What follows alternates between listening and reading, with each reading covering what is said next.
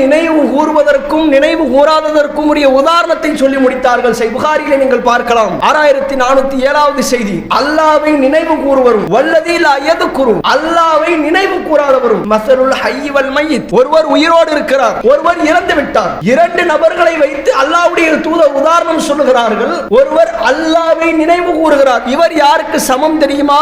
உயிரோடு இருக்கிறவருக்கு சமம். ஒருவர் மரணித்து விட்டார், இவர் அல்லாஹ்வை யாரெல்லாம் நினைவு கூறாமல் இருக்கிறார்களோ, அல்லாஹ்வை பற்றிய சிந்தனையே தன்னுடைய உள்ளத்தில் கொண்டு வராமல் இருக்கிறார்களோ, அவர்கள் மரணித்தவர்களுக்கு சமம். செத்து போய் ஒரு சடலம் இருக்கிறது, அந்த சடலத்திற்கு அந்த ஜடத்திற்கு சமமானவர்கள் அவர்கள். அல்லாஹ்வை நினைவு கூறுவதற்கும் நினைவு கூறாததற்கும் உரிய உதாரணத்தை ஒற்றை வரியில் அல்லாஹ்வுடைய தூதர் ரத்தின சுருக்கமாக சொல்லிவிட்டு சென்றார்கள். அல்லாஹ்வுடைய தூதர் சஹாபாக்களுக்கு மத்தியில் இருக்கிற அந்த தருவாயில் சொன்னார்கள், சபக்கல் முஃபரிதூன், தனித்து விட்டவர்கள் வெற்றி பெற்று விட்டார்கள். யாரெல்லாம் தனித்திருக்கிறார்களோ அவர்கள் ஜெயித்து விட்டார்கள். சஹாபாக்கள் மீண்டும் கேட்டார்கள், வமல் முஃபரிதுன் யா ரசூலல்லாஹ், அல்லாஹ்வுடைய தூதரே தனித்து விட்டவர்கள் என்றால் யார்? அல்லாஹ்வுடைய தூதர் சொன்னார்கள், அல்லாஹ்கிரூனல்லாஹ கஸீரன் வ ஸாக்கிராத், அதிகமாக அல்லாஹ்வை நினைவு கூறக்கூடியவர்கள் என்று அல்லாஹ்வுடைய தூதர் நபிகள் நாயகம் ஸல்லல்லாஹு அலைஹி வஸல்லம் அவர்கள் சொன்னார்கள். அஸ்ஸலாமு அலைக்கும் வரஹ்மத்துல்லாஹி வ பரகாத்துஹு. அன்பிற்குரிய எல்லாம் வல்ல அல்லாஹ்வின் நல்லடியார்களே, இறைவனால் படைக்கப்பட்ட ஏராளமான படைப்பினங்கள் இந்த உலகில் இருந்தாலும் எல்லா படைப்புகளை விட அல்லாஹ் மனித சமுதாயத்தை சிறப்பித்து படைத்திருப்பதாக தன் திருமறை குர்ஆனில் தெள்ளத்தெளிவாக ஒற்றை வசனத்தில் சொல்லி முடிக்கிறான். வலக்கது கர்ரமனா பனி ஆதம், ஆதமுடைய பிள்ளைகளை நாம் மேன்மைப்படுத்தி இருக்கிறோம் என்று ஏனைய படைப்புகளை விட மனித சமுதாயத்தை அல்லாஹ் சற்று உயர்ந்த தரஜாவில் வைக்கிறான். மனித சமுதாயத்தில் ஏராளமான மக்கள் ஏராளமான பிரிவுகளாகவும் பிளவுகளாகவும் இருந்தாலும் கூட இந்த சத்திய இஸ்லாத்தை தன்னுடைய வாழ்வியல் நெறியாக ஏற்றவர்கள் இறைவனுக்கென்று செய்ய வேண்டிய சில கடமைகளையும் இறைவனிடத்தில் தன்னை நெருக்கிக் கொள்வதற்கான அமல்களையும் செய்வதற்கு கடமைப்பட்டிருக்கிறார்கள். இறைவனுக்கு செய்ய வேண்டிய கடமைகள் என்றால் என்ன என்பதை நாம் எல்லாம் தெரிந்துதான் வைத்திருக்கிறோம். வணக்க வழிபாடுகளில் தொழுகை என்கின்ற கடமையை நாம் தவறாது நிறைவேற்றிவிட வேண்டும் என்பது குறித்து நாம் அறிந்திருக்கிறோம். அது குறித்து ஏராளமான செய்திகள் நமக்கு பரிச்சயமாகவும் இருக்கிறது.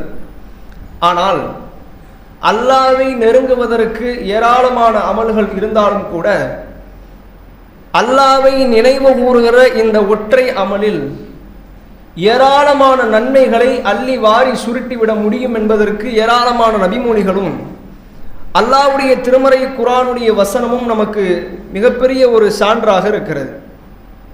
அல்லாஹ் ரப்பல் ஆலமீன் தன் திருமறை குர்ஆனில் சொல்லுகிற போது, ஃபி புயூதி அதினல்லாஹு அன் துர்ஃபஅ வ யுذ்கர ஃபீ இஸ்முஹு, அல்லாஹ்வுடைய கட்டளை என்னவென்றால் ஒரு ஆலயம் எழுப்பப்பட்டு அந்த ஆலயத்தில் அல்லாஹ்வுடைய பெயர் கூறப்பட்டு வயுஸப்பிஹு லஹு ஃபீஹா, அதிலே அவன் பெருமைப்படுத்தப்பட்டு காலையிலும் மாலையிலும் அல்லாஹ்வுடைய ஆலயத்திலே அல்லாஹ்வை பெருமைப்படுத்தி கொண்டே இருக்க வேண்டும், அல்லாஹ்வை நினைத்து கொண்டே இருக்க வேண்டும் என்று அல்லாஹ் ரப்புல் ஆலமீன் மனித சமுதாயத்திற்கு கட்டளையிடுகிறான். அல்லாஹ்வுடைய ஆலயம் கட்டப்பட்டதற்கான நோக்கமே அல்லாஹ்வை நாம் நினைவு கூற வேண்டும். அல்லாஹ்வுடைய ஆலயத்திற்குள் வந்துவிட்டால் வேறு எந்த ஒரு சிந்தனைக்கும் இடம் இருக்கக்கூடாது என்பதைத்தான் அல்லாஹ் இந்த வசனத்தில் தெளிவுபடுத்துகிறான். ஆனால் இன்றைக்கு இருக்கிற ஒவ்வொரு மனிதனுடைய யதார்த்த மனநிலை, யாருடைய உள்ளத்தையும் நாம் பிளந்து பார்த்து சொல்லவில்லை, ஒரு மனிதனுடைய யதார்த்த நிலையில் நின்று நீங்கள் யோசித்து பாருங்கள். பள்ளிவாசலுக்கு வந்தவர்கள் 24 மணி நேரத்தில் ஒரு 10 நிமிடம் 5 வேளை தொழுகைக்காக நேரம் ஒதுக்கி வருவார்கள். வருகிற அந்த நேரத்தில் அல்லாஹ்வை மட்டும் நினைவு கூறுவதற்காக தன்னுடைய நேரத்தை ஒதுக்கி விட்டார்களா? 10 நிமிஷம் நம்ம வந்து உட்கார்ந்து இருக்கிறோம், ஒரு அரை மணி நேரம் நாம் இங்கு ஒன்று கூடி இருக்கிறோம். இந்த நேரத்தில் அல்லாஹ்வை மட்டும் நினைத்து கொண்டும் அவனை மட்டுமே நான் பயந்து கொண்டிருக்கிறேனா என்று ஒவ்வொருவரும் தன்னுடைய உள்ளத்திற்குள்ளாக கேள்வி எழுப்புமையானால் கேள்விக்கு பதில் மீண்டும் நம்மிடத்தில் கேள்விக்குறியாகவே வந்து நிற்கிறது. அல்லாஹ்வுடைய தூதர் நபிகள் நாயகம் ஸல்லல்லாஹு அலைஹி வஸல்லம் அவர்கள் சொன்னார்கள், யுதில்லுஹுமுல்லாஹு ஃபி தில்லிஹி யௌம லா தில்ல இல்லா தில்லுஹு, நாளை மறுமை நாளில் அல்லாஹ் ரப்புல் ஆலமீன் எந்த ஒரு நிழலும் இல்லாத அந்த தருணத்தில், மறுமை நாள் என்றால் சாதாரணம் அல்ல, அதனுடைய கொடூரம் நாம் புரிந்திருக்கிறோம். தலை கருகாமையில் சூரியன் கொண்டு வந்து நிறுத்தப்படும். வேர்வை எல்லாம் அப்படியே நம்முடைய பாவங்களுக்கு ஏற்ப சுரந்து கொண்டே இருக்கும். ஏசி போட்டாச்சு, ஃபேன் ஓடுது, இப்பயே வேர்க்குது. 10 நிமிஷம் ஆயிட்டா சட்டையெல்லாம் உதறிட்டு மாடி உள்ள உட்கார முடியல பாய் அப்படின்னு எந்திரிச்சு போயிடுவோமே. அடிக்கிற வெக்கைக்கு உள்ள உட்கார முடியாது. அவ்வளவு உஷ்ணம் நம்மை இன்றைக்கு தாக்குகிறது. மறுமை நாள்ல சொல்லவா வேணும்? அல்லாஹ் தலை கருகாமையில் 1 மைல் தூரத்தில் சூரியனை கொண்டு வந்து நிறுத்திய பிறகு அல்லாஹ்வினுடைய அருள் சில நபர்களுக்கு கிடைக்கும். 7 சாரார்களுக்கு அல்லாஹ் தன்னுடைய நிழலின் கீழாக நிழலை தருவதாக அல்லாஹ்வுடைய தூதர் சொன்னார்கள். அதில் ஒருவர் யார்? தனிமையில் அமர்ந்து அல்லாஹ்வை நினைவு கூர்ந்து ஃபஃபாதத் ஐனாஹு, எவருடைய கண்கள் கண்ணீரை வடித்ததோ அவருக்கு அல்லாஹ்வுடைய நிழல் உண்டு. தனிமையா உட்கார்ந்து தன்னுடைய குடும்பத்தை நினைத்து அழுவார். தன்னுடைய பிள்ளைக்கு உடல்நிலை சரியில்லை என்று அதை நினைத்து அழுவார். பொருளாதாரத்தை என்னால் திரட்ட முடியவில்லையே என்று நினைத்து அழுவார். நான் நினைச்சதை எல்லாம் சாதிக்க முடியலையே என்று அழுவார். என்றைக்காவது அல்லாஹ்வை நினைத்து அல்லாஹ்வுடைய வேதனைகளையும் அல்லாஹ் எனக்கு செய்திருக்கிற அருள்களையும் நினைத்து அழுததுண்டால், அல்லாஹ் எவ்வளவு பெரிய பாக்கியத்தை எனக்கு செஞ்சிருக்கிறான், அல்லாஹ் எவ்வளவு பெரிய ஒரு நோயிலிருந்து என்னை காப்பாற்றி இருக்கிறான், அல்லாஹ் நாளை மறுமையில் என்னை எப்படியெல்லாம் தண்டிக்க போகிறேன் என்று சொல்லி இருக்கிறான். இது போன்ற அல்லாஹ் நம்மை எச்சரித்த, நமக்கு நல்லுபகாரம் செய்த ஏராளமான விஷயங்கள் குறித்து யோசித்ததுண்டான் கிடையவே கிடையாது. பெரும்பான்மையான நபர்கள் அல்லாஹ்வை நினைப்பதற்கென்று நேரம் ஒதுக்குவதே மிகப்பெரிய ஒரு ஆச்சரியத்திலும் ஆச்சரியம். அல்லாஹ்வுடைய தூதர் நபிகள் நாயகம் ஸல்லல்லாஹு அலைஹி வஸல்லம் அவர்கள் அல்லாஹ்வை நினைவு கூறுவதற்கும் நினைவு கூறாததற்கும் உரிய உதாரணத்தை சொல்லி முடித்தார்கள். சஹீஹ் புகாரியிலே நீங்கள் பார்க்கலாம். 6407வது செய்தி. அல்லாஹ்வை நினைவு கூறுவரும் வல்லதி லா யذ்குரு, அல்லாஹ்வை நினைவு கூறாதவரும் மஸலுல் ஹய்ய் வல் மய்யித், ஒருவர் உயிரோடு இருக்கிறார், ஒருவர் இறந்து விட்டார். 2 நபர்களை வைத்து அல்லாஹ்வுடைய தூதர் உதாரணம் சொல்லுகிறார்கள். ஒருவர் அல்லாஹ்வை நினைவு கூறுகிறார். இவர் யாருக்கு சமம் தெரியுமா? உயிரோடு இருக்கிறவருக்கு சமம். ஒருவர் மரணித்து விட்டார். இவர் யாருக்கு தெரியுமா சமம்? அல்லாஹ்வை யாரெல்லாம் நினைவு கூறாமல் இருக்கிறார்களோ, அல்லாஹ்வை பற்றிய சிந்தனையே தன்னுடைய உள்ளத்தில் கொண்டு வராமல் இருக்கிறார்களோ அவர்கள் மரணித்தவர்களுக்கு சமம். செத்து போய் ஒரு சடலம் இருக்கிறது, அந்த சடலத்திற்கு அந்த ஜடத்திற்கு சமமானவர்கள் அவர்கள். யோசித்து பாருங்கள். அல்லாஹ்வை நினைவு கூறுவதற்கும் நினைவு கூறாததற்கும் உரிய உதாரணத்தை ஒற்றை வரியில் அல்லாஹ்வுடைய தூதர் ரத்தின சுருக்கமாக சொல்லிவிட்டு சென்றார்கள். அதே போன்று நான் அல்லாஹ்வை நினைவு கூறுகிறேன், அல்லாஹ்வை நினைவு கூறுவதற்கு எனக்கு கொடுக்கப்படுகிற சிறப்புகள் என்ன என்று நாம் அறிந்து கொண்டால் அல்லாஹ்வை நினைவு கூறுவதை விட்டும் நாம் விலகிவிட மாட்டோம். சஹீஹ் முஸ்லிமிலே நீங்கள் பார்க்கலாம். அல்லாஹ்வுடைய தூதர் சஹாபாக்களுக்கு மத்தியில் இருக்கிற அந்த தருவாயில் சொன்னார்கள், சபக்கல் முஃபரிதூன், தனித்து விட்டவர்கள் வெற்றி பெற்று விட்டார்கள். யாரெல்லாம் தனித்திருக்கிறார்களோ அவர்கள் ஜெயித்து விட்டார்கள். சஹாபாக்கள் மீண்டும் கேட்டார்கள், வமல் முஃபரிதுன் யா ரசூலல்லாஹ், அல்லாஹ்வுடைய தூதரே தனித்து விட்டவர்கள் என்றால் யார்? தனித்து விட்டவர்கள் வெற்றி பெற்று விட்டார்கள் என்று சொன்னீர்கள் அல்லவா, அவர்கள் யார் எங்களுக்கு தெளிவுபடுத்துங்கள். அல்லாஹ்வுடைய தூதர் சொன்னார்கள், அல்லாஹ்கிரூனல்லாஹ கஸீரன் வதாக்கிராத், அதிகமாக அல்லாஹ்வை நினைவு கூறக்கூடியவர்கள் என்று அல்லாஹ்வுடைய தூதர் நபிகள் நாயகம் ஸல்லல்லாஹு அலைஹி வஸல்லம் அவர்கள் சொன்னார்கள். நாம் இந்த தனித்து விட்டவர்களின் பட்டியலில் வந்து விட்டோமா? அல்லாஹ்வை நாம் தனித்து அமர்ந்து நினைவு கூர்ந்து கொண்டிருக்கிறோமா? யோசித்து பாருங்கள். அல்லாஹ்வை நினைவு கூறுவது என்பது இன்றைக்கு நம்மிடத்தில் மிக குறைவாகிவிட்டது. ரமலானில் அல்லாஹ்வை நினைத்தோம். ரமலானில் எந்த ரப்பு நமக்கு ரப்போ அதே ரப்பு தான் ஷவ்வாலிலும் ரப்பு, அதே ரப்பு தான் துல்காதாவிலும் துல்ஹஜ்ஜிலும் ரப்பு. ஏன் ரமலானில் மட்டும் அப்படியான ஒரு மாற்றம்? அதை தொடர்ந்த மற்ற மாதங்களில் அந்த மாற்றம் நம்மில் வராதா? அல்லாஹ்வை நினைவு கூறுகிற விஷயத்தில், அல்லாஹ்விடத்தில் பாவ மன்னிப்பு கேட்கிற விஷயத்தில், அல்லாஹ்விடத்தில் நன்மை எதிர்பார்க்கிற விஷயத்தில் அல்லாஹ்வை நினைவு கூறுகிற அந்த பண்பு, அந்த நிலை ரமலானில் மட்டும்தான் இருக்குமா? யோசித்து பாருங்கள். எந்த நிலையில் நாம் இருக்கிறோம்? அப்படியே ரமலானோடு ஒப்பிட்டு பாருங்கள். அல்லாஹ்வை நினைவு கூறுவதில், திருமறை குர்ஆனை ஓதுவதில், இரவு வணக்க வழிபாட்டை நிறைவேற்றுவதில், ஐவேளை கடமைகளை தவறாது தொழுவதில், இதுவெல்லாம் ரமலானுடைய மாதத்தில் கணக்கச்சிதமாக இருந்ததா இல்லையா? அல்லாஹ்வை நினைவு கூறுவதை விட்டும் எந்த அளவிற்கு தவிர்த்து சென்றிருக்கிறோம் யோசித்து பாருங்கள். அல்லாஹ் ரப்புல் ஆலமீன் தன் திருமறை குர்ஆனில் சொல்லுகிறான், ஃபத்குரூனி அத்குருக்கும், என்னை நீங்கள் நினைவு கூறுங்கள், அப்போது நான் உங்களை நினைத்து பார்க்கிறேன். அல்லாஹ் பேசுகிற வாசகம் என்ன, நீ எப்ப நினைக்கிறியோ அப்பதான் நம்ம சிந்தனைக்கு நீ வருவ. அல்லாஹ் நம்மளை மறந்துடலாம் இல்லை, நாம் செய்கிற நன்மைகளை தீமைகளை எல்லா விஷயத்தையும் பதிவு செய்து கொண்டிருக்கிறான். ஆனால் நமக்கு செய்ய வேண்டிய அருளை விட்டும் அல்லாஹ் தவிர்த்து கொள்வான். நம்மை பற்றி அல்லாஹ் யோசிப்பதென்றால் அது குறித்துதான். நமக்கு அருள் செய்வது பரக்கத் செய்வது அதை விட்டும் அல்லாஹ் தவிர்த்து கொள்வான். யோசித்து பாருங்கள், நாம் நன்மைகளை அதிகமாக பெற வேண்டும் என்றுதான் ஆசைப்படுவோம். பொருளாதாரம் ஒன்றை செய்து அதில் 10 கிடைக்கும் என்றால் அதை யாரும் விட்டுவிட மாட்டோம். அதை போட்டி போட்டாவது பெற்றுக்கொள்வதற்கு ஆசைப்படுவோம்.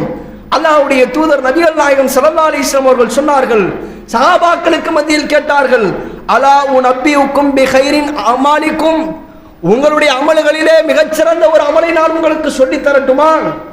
கேட்ட உடனே சஹாபாக்கள் சொன்னார்கள், சொல்லுங்கள், எங்களுக்கு சொல்லித்தாருங்கள். அஸ்காஹா இந்த மலிக்கக்கும், உங்களுடைய இறைவிடத்தில் மிக பரிசுத்தமானதும், வஅர்ஃபைஹா ஃபி தரஜாத்திக்கும், உங்களுடைய அமல்களிலே மிக உயர்ந்ததும், வகைருல் லக்கும் மின் இன்ஃபாக்கி ذஹபி வல் ஃபில்லா, நீங்கள் தங்கத்தையும் வெள்ளியையும் தர்மம் செய்வதை விடவும், வகைருல் லக்கும் மின் அன் தல்கு அதுவக்கும், உங்களுடைய எதிரிகளை நீங்கள் போர்க்களத்தில் சந்திப்பதை விடவும், ஃபதல்ரிபு அனாகவும், அவருடைய கழுத்துக்களை நீங்கள் துண்டிப்பதை விடவும். அடுத்த அல்லாஹ்வுடைய தூதர் சொன்னார்கள், ஃபயத்ரிபு அனாகக்கும், அவர்கள் உங்களுடைய கழுத்துக்களை துண்டிப்பதை விடவும். நீங்க ஒரு ஆளை போர்க்களத்தில் கலந்துக்கிட்டு கொல்றதை விட, நீங்க போர்க்களத்தில் கலந்துக்கிட்டு ஷஹீதாகிறதை விட, அல்லாஹ்விடத்தில் தரஜாவால் உயர்ந்ததை விட, உங்களை படைத்த ரப்புல் ஆலமீனிடத்தில் பரிசுத்தமானது எதுவென்றால் உங்களுக்கு சொல்லி தரட்டுமா? பலாயா ரசூலல்லாஹ், ஏன் அதை நீங்கள் சொல்லக்கூடாது? தாராளமாக சொல்லி தரலாம் தானே. அப்போது அல்லாஹ்வுடைய தூதர் சொன்னார்கள், திக்ருல்லாஹி தஆலா, உயர்ந்தோனாகிய அல்லாஹ்வை நினைவு கூறுவதுதான் இந்த ஏராளமான விஷயங்களை விட சிறந்தது. ஆதாரபூர்வமான நபிமொழி. யோசித்து பாருங்கள், நான் போர்க்களத்திற்கு தற்போது செல்ல முடியாது, யாரும் என்னையும் போர்க்களத்திற்கு அழைத்து செல்ல முடியாது. அல்லாஹ்விடத்தில் பரிசுத்தமான அமல் எதுவென்று நான் தேடி செய்வதற்கு முன்னால், நான் அல்லாஹ்விடத்தில் உயர்ந்த தரஜாவை பெறுவதற்கு முன்னால், அல்லாஹ் எனக்கு சொல்லி தருகிற ஒரே ஒரு பாடம், என்னை நினைவு கூறு. இது எல்லாத்தை விட சிறந்தது. நினைவு கூர்ந்துட்டோமா? அல்லாஹ்வுடைய தூதர் சில வார்த்தைகளை சொல்லிக் கொடுத்தார்கள், இதையெல்லாம் சொல்லுங்கள், அல்லாஹ்விடத்தில் சிறந்த தரஜாவை பெற்று விடலாம். என்ன தரஜா? சுபான் அல்லாஹ் சொல்றோம், அல்ஹம்துலில்லாஹ் சொல்றோம், அல்லாஹ் அக்பர் சொல்லுவோம். எதுக்கு சொல்றோம்னே தெரியாது பல பேருக்கு. எல்லாம் தொழுது முடிச்சுட்டு சுபான் அல்லாஹ் சொல்றாங்க, நம்மளும் சுபான் அல்லாஹ் சொல்லுவோம். அல்ஹம்துலில்லாஹ் சொல்றாங்க, நம்மளும் சொல்லுவோம். இப்படின்னு போய்கிட்டு இருந்தா, அதனால் எனக்கு அல்லாஹ் தருகிற பலனையும் பிரதிபலனையும் நான் அறியாவிட்டால் சொல்லி புண்ணியம் இல்லை, ஏதோ கடமைக்கு செஞ்ச மாதிரி ஆயிடும். அல்லாஹ்வுடைய தூதர் தெளிவாக இந்த குறித்து ஏராளமான செய்திகளை சொன்னார்கள். அல்லாஹ் தன் திருமறை குர்ஆனில் பேசுகிற ஒரே ஒரு வசனம், ஃபைதா கலைத்துமுல் ஸலாத்த, நீங்கள் உங்களுடைய தொழுகையை முடித்து விட்டால், ஃபதுகுருல்லாஹ கியாம வ குஊதன் வ அலா ஜுனூபிஹிம், அல்லாஹ்வை நீங்கள் நினைவு கூற வேண்டும். எப்படி தெரியுமா? நின்ற நிலையிலும் அமர்ந்த நிலையிலும் படுத்த நிலையும் நீங்கள் அல்லாஹ்வை நினைவு கூறுங்கள். தொழுகை முடிஞ்சிருச்சா? அஸ்ஸலாமு அலைக்கும் பாய், இந்த வந்துட்டேன், போவாதீங்க, அல்லாஹ்வை நினைவு கூறுங்கள். ஒரு 5 நிமிடம் செலவிடுங்கள். ஒவ்வொரு கடமையான தொழுகைக்கு பின்பாகவும் ஓத வேண்டிய சில துஆக்களை நபிகளார் சஹாபாக்களுக்கு கற்றுக் கொடுத்தார்கள். கற்றுக் கொடுத்ததோடு மட்டும் நிறுத்திவிடவில்லை, அது குறித்த சிறப்புகளையும் சொல்லிக் கொடுத்தார்கள். நான் ஒவ்வொரு நாளும் சுப்ஹானல்லாஹ், அல்ஹம்துலில்லாஹ், அல்லாஹு அக்பர் என்று ஓதி முடித்து லா இலாஹ இல்லல்லாஹ் என்று அந்த கலிமாவை முடிந்து விட்டால், என்னுடைய பாவங்கள் கடல் நுரையளவு இருந்தாலும் கூட அல்லாஹ் அந்த பாவத்தை மன்னித்து விடுகிறான். இதை விட வேறு என்ன வேணும்? தெரியாமல் செய்த பாவங்கள், வேண்டுமென்றே செய்ய வேண்டும் என்று திட்டமிட்டு செய்த பாவங்கள், எல்லாவற்றையும் அல்லாஹ் பெரும் பாவங்களை தவிர மன்னிப்பான் என்றால், இதை விட ஒரு அடியானுக்கு வேறு எது சிறப்பாக இருக்க முடியும்? யோசித்து பாருங்கள். அல்லாஹ்வுடைய தூதர் சஹாபாக்களுக்கு மத்தியிலே கேட்டார்கள், ஐய அஜிசு அஹதுக்கும் அயக்ஸிப குல்ல யௌமின் அல்ஃப ஹஸனா, உங்களில் ஒருவர் ஒவ்வொரு நாளும் 1000 நன்மைகளை சம்பாதிக்க முடியுமா? ஒவ்வொரு நாளும் 1000 நன்மை நீங்க சம்பாதிப்பீங்களா? சஹாபாக்கள் மீண்டும் அல்லாஹ்வுடைய தூதரிடத்தில் சொன்னார்கள், கைஃப யக்ஸிபு அஹதுனா அல்ஃப ஹஸனா, அல்லாஹ்வுடைய தூதரே, எங்களில் எப்படி ஒருவர் ஒவ்வொரு நாளும் 1000 நன்மைகளை சம்பாதிக்க முடியும்?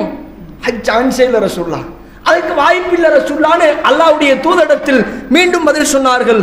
அல்லாஹ்வுடைய தூதர் சொன்னார்கள், யுஸப்பிஹு மியத தஸ்பீஹா, அல்லாஹ்வை நீங்கள் ஒவ்வொரு நாளும் 100 முறை தஸ்பீஹ் சொல்லுங்கள்.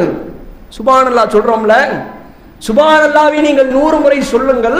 ஃபயுக்தபு லஹு அல்ஃப ஹஸனா, 1000 நன்மைகளை நீங்கள் சம்பாதிப்பீர்கள். அதோடு சொல்லிவிட்டு அல்லாஹ்வுடைய தூதர் நிறுத்தவில்லை, அல்லது 1000 தீமைகள் அவரை விட்டும் அழிக்கப்படும். எது கிடைச்சாலும் ஓகே தான், ரெண்டுல எது ஒன்றுதான் நல்லதுதான். நன்மை கிடைத்தாலும் போதுமானது, அல்லது அல்லாஹ் தீமையை விட்டு என்னை அகற்றுவான் என்றால் அதுவும் சிறந்தது தானே. யோசித்து பாருங்கள், சுப்ஹானல்லாஹ் என்ற ஒற்றை வார்த்தையை நான் அமர்ந்து ஒரு 100 முறை சொல்லுகிறேன். ஒரு நாளைக்கு 1000 நன்மைகள் எனக்கு பதிவு செய்யப்படுகிறது. அல்லாஹ்வுடைய தூதர் இன்னும் சொன்னார்கள், சுப்ஹானல்லாஹ் குறித்து சொல்லப்பட்ட வாசகங்கள் ஏராளம் உண்டு. அதே போன்று சுப்ஹானல்லாஹி வ பிஹம்திஹி, இந்த வார்த்தையை நான் சொல்வதன் மூலம் நாளை மறுமையில் அல்லாஹ்விடத்தில் கிடைக்கிற பிரதிபலன் என்ன தெரியுமா? ரசூல் ஸல்லல்லாஹு அலைஹி வஸல்லம் சொன்னார்கள், கலிமத்தானி, 2 சின்ன வார்த்தைகள், நாவுக்கு மிக இலகுவான வார்த்தைகள், நாளை மறுமை நாளில் அல்லாஹ்விடத்தில் சக்கிலத்தானி ஃபில் மீசான், மீசானிலே எடை போட்டு பார்க்கப்படுகிற போது எடையில் மிக கடினமான கனமானது ஒன்றால் சுப்ஹானல்லாஹி வ பிஹம்திஹி சுப்ஹானல்லாஹில் அலீம். இந்த வார்த்தையை நீங்கள் சொல்லுங்கள், அதிகம் அதிகம் சொல்லிக் கொண்டே இருங்கள். அல்லாஹ்வுக்கு மிக விருப்பமான நாளை மறுமை நாளில் நான் பாவ மூட்டைகளோடு செல்லுகிற போது நான் செய்த தொழுகைகள், நான் செய்த தர்மங்கள், நான் செய்த ஹஜ் உம்ராக்கள், இதையெல்லாம் அள்ளி வைப்பான் இறைவன். நான் செய்த திக்ருகளையும் அள்ளி வைப்பான், அல்லாஹ்வை நினைவு கூர்ந்ததையும் அள்ளி வைப்பான். அதில் சுப்ஹானல்லாஹி வ பிஹம்திஹி சுப்ஹானல்லாஹில் அலீம் இருக்கும் என்றால் நான் செய்த அமல்களிலே சிறப்பான அமல் வேறு எதுவும் இல்லை. அல்லாஹ்வுடைய தூதர் சொன்னார்கள், உங்களில் ஒருவர் நாளை மறுமை நாளில் இந்த அமலை செய்து வருவாரே ஆனால் அவரை விட வேறு ஒருவர் சிறந்த அமலை கொண்டு வந்திருக்க முடியாது என்றார்கள். யோசித்து பாருங்கள், இந்த வார்த்தையை சொல்வதற்கு சிரமமா? எவ்வளவோ வார்த்தைகளை தேடி தேடி படிக்கிறோம். ஒரு ஊருக்கு புதிதாக சென்றால் அந்த வார்த்தையை மனனம் செய்வதற்கு சிரமப்படுகிறோம். இதுவெல்லாம் சிறுபிராயத்தில் இருந்தேன் நமக்கு சொல்லி கொடுக்கப்பட்டது. சுப்ஹானல்லாஹ் சுப்ஹானல்லாஹ் சுப்ஹானல்லாஹி வ பிஹம்திஹி, இதுவெல்லாம் நாம் அடிக்கடி சொல்லுகிற வார்த்தைகள். தொடர்ச்சியாக சொல்லுங்கள், அல்லாஹ்வை நினைவு கூர்ந்து கொண்டே இருங்கள். அல்லாஹ்வை பெருமைப்படுத்துகிற இந்த வார்த்தைகள் எல்லாம் என்னிடத்தில் தொடரும் என்றால் அல்லாஹ் அதை நேசிக்கிறான். அல்லாஹ் அவ்வளவு ஆசையோடும் அவ்வளவு ஆர்வத்தோடும் அந்த அடியாருக்காக செய்கிற அருள்கள் ஏராளம் உண்டு. அல்லாஹ்வுடைய தூதர் சொன்னார்கள், அதனால் இந்த அமல்கள் எல்லாம் அலட்சியமாக விட்டு விடாதீர்கள். தயவு செய்து தொழுகை முடிந்த அடுத்த மறுகணம் மறு சலாமை கொடுத்த முன்பாக அப்படியே செல்போனை எடுத்துவிட்டு செல்லாதீர்கள். சில வேளைகளுக்காக நீங்கள் அவசரமாக இருக்கலாம், என்றைக்காவது தான் அந்த சூழல் ஏற்படும். எல்லா நாளும் நம்முடைய அவசர சூழலை வைத்து தொழுகைக்கு வருவதில்லை. தொழுக முதல்ல, அதுக்கப்புறம் தான் எல்லாம். அப்படித்தானே வர்றோம். 10 நிமிஷம் உட்கார்றோம், 10 நிமிடம் தொழுகை முடிந்து ஒரு 5 நிமிடம் அல்லாஹ்வை பெருமைப்படுத்த முடியாதா? அல்லாஹ் அக்பர் என்று சொல்வதற்கு நேரம் இல்லையா? சுப்ஹானல்லாஹ் என்று சொல்வதற்கு நேரம் இல்லையா? இன்ன பிற துவாக்களை ஒருவர் ஆயத்துல் குர்சி என்று சொல்லப்படுகிற அந்த துவாவை ஓதிவிட்டால் அவருக்கும் மரணத்திற்கும் மத்தியிலே தவிர சொர்க்கம் தடையாக இல்லை என்றார்களே. நான் வஃபாத்தாகிறது மட்டும்தான் வேலை, டைரக்டா போயிட்டே இருக்கலாம் சொர்க்கத்துக்கு. அப்படியான வாய்ப்புகள் கொடுக்கப்பட்டது ஆயத்துல் குர்சிக்கு.